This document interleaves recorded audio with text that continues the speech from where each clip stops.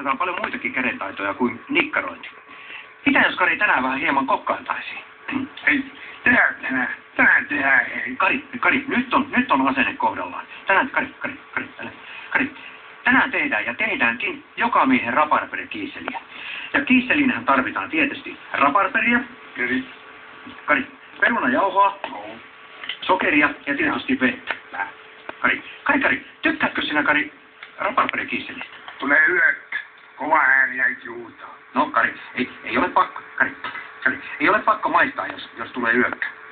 Mutta suurin virhe valmistuksessa on tietenkin se, että jos perunajauhon lisää väärään aikaan kattilaan, niin kiisseli pakkuutuu, Kari. Tehdään tänään pönttö. Varmasti tehdään vielä pönttökin, mutta tänään aiheena on ruoanlaitto ja kiisseli.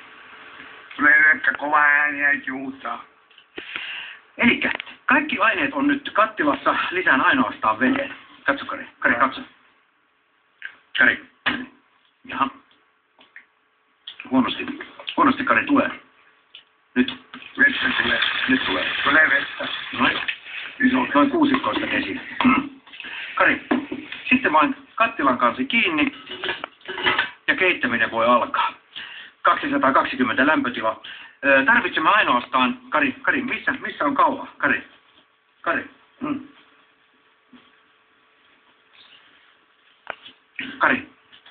Kova ääni! Kova ääni! Äiti huutaa! Kova ääni! Kari, missä kattila? Joo. Tänään pönttö.